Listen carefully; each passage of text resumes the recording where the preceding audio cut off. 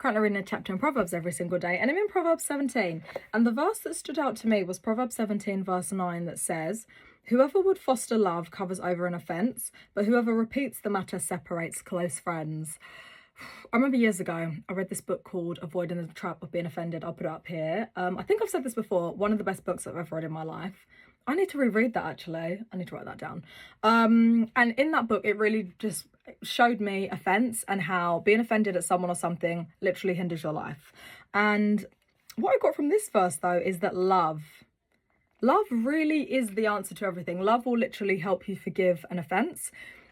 Because I feel like somewhere in Proverbs as well, it says, like, you know, when you've offended someone, it's harder than winning over like a stronghold or something like that. I'll put it at the top. It's like when you're offended at someone, it's just difficult to get over the offence, unless, you know, you're reading the Bible, you're asking God for help, etc., etc. But here in verse 9, whoever would foster love covers over an offence. Now, that's whether you have done the offending or you have been offended. Regardless, love is the answer. Like, God is the answer. You can do all things through Christ who strengthens you. Love covers over an offence. Whoever repeats the matter separates close friends. Sometimes you could see like a good friendship, you know, two people who are besties. One person's offended at something, they don't get over it, and unfortunately, they're not friends anymore. And you're like, oh, I wonder what happened. And then someone will explain the situation and you're a bit like, is that it? The thing is, it might be like something little, but that person's offended. And rather than deal with the offence, they've held on to it.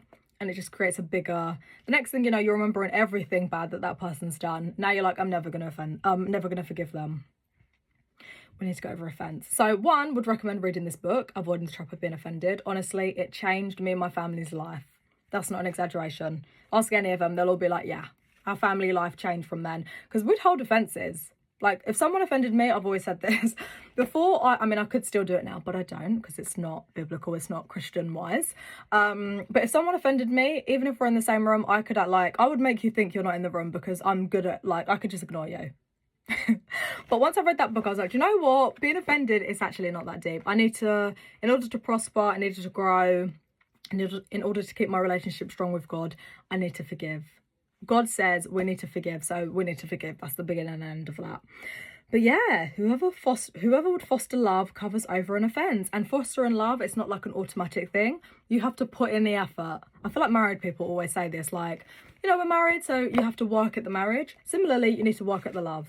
You need to work at not being offended. You need to work at forgiving. It doesn't come automatically. So yeah, Proverbs 17, verse 9. That's something I'm going to meditate on. And I need to reread that book because it was good.